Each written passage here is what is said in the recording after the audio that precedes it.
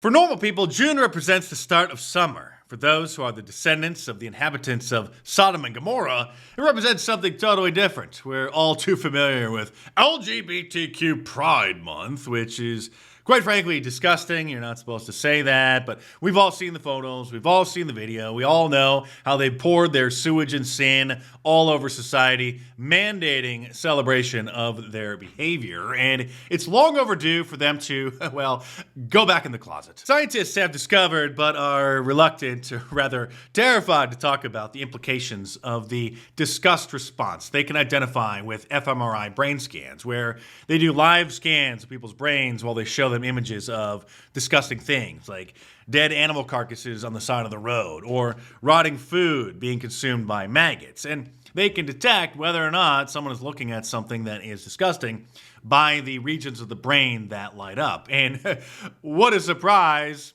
no heavy sarcasm, those same regions of the brain in normal people light up when they see the kinds of things that are shoved into our face throughout LGBTQ Pride Month. And finally, after nearly a decade of going soft, being complete cowards, and bending over for the LGBTQ plus ABCDFG LMNOP community, support among Republicans for same-sex marriage has dropped 14 points in the last 3 years. This after the corporate-controlled conservatives and astroturfed leaders of the conservative movement, people like Ben Shapiro and Charlie Kirk, lobbied to have the conservative movement shift to the left so that we would be welcoming and celebrating the LGBTQ people and same-sex couples adopting children.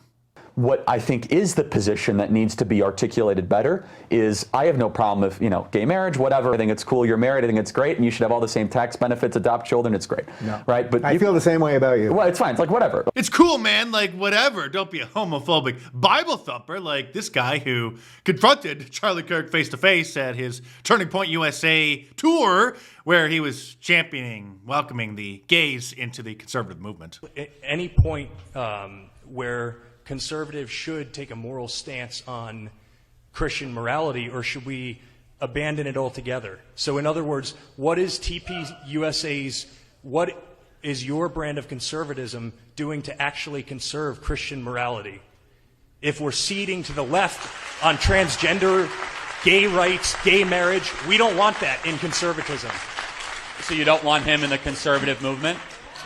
I just want to be very clear. Let's just be... Rob. So you don't want me in the movement? No. Not if it waters down. Hold on a sec. No, we don't. I want to be very clear. Hold on a sec. You're bringing some very charged language.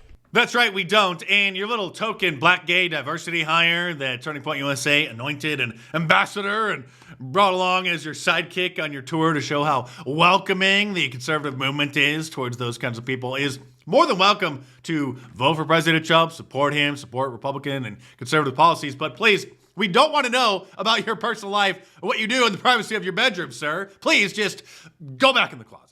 The mainstream conservative movement got so rotten and corrupt that back in 2022, Fox News started celebrating Pride Month along with all the other liberal networks and Fortune 500 companies.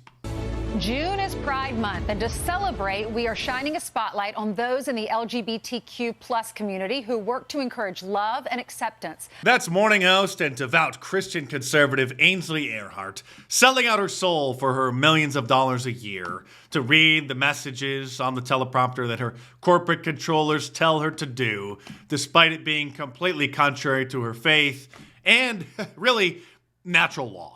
But last year, things started to change. The big brands that all changed their logos on social media and the big box stores that celebrate the month started scaling back things because finally the silent majority stopped being afraid of being called homophobic and started voicing, well, the truth. We all know that it's been all too common to see most of the major brands on social media change their profile pics to incorporate little rainbows, but so far this year, at least on Sunday night, when I'm recording this video, things might change this morning, Monday morning. Maybe the interns are off and they're going to start playing catch up. But so far, Sunday night, late Sunday night, none of the major brands on social media have changed their logos at all. And this is the kind of story that we need to see more of throughout the month of June.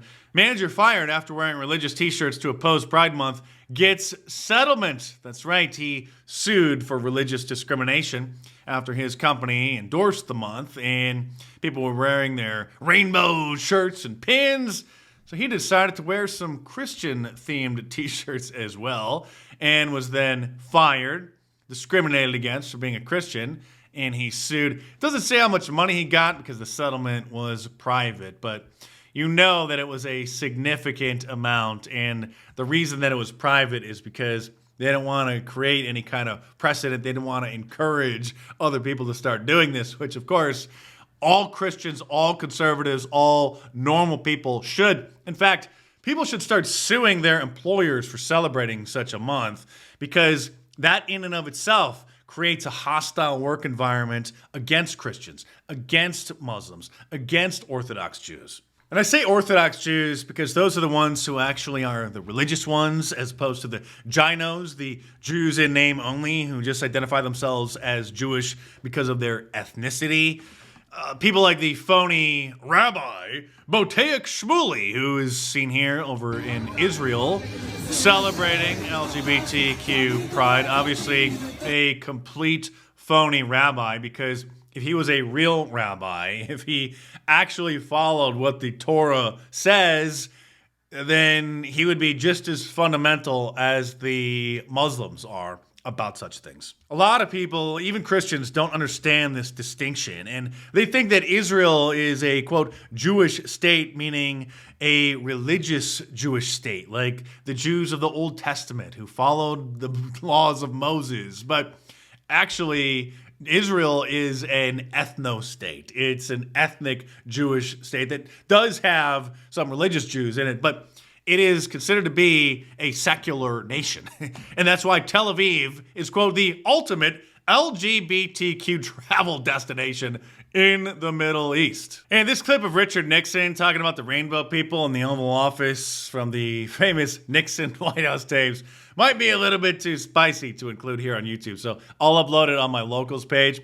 You don't have to subscribe to my Locals page to get some of the posts. Some of them are for members only, others are for anybody, so you can still go over there. But click the link in the description below to join my Locals for $5 a month. If you want to sponsor my work, it's a great way to support my channel. It's a members-only blog. It's owned by Rumble, so it's a free speech platform.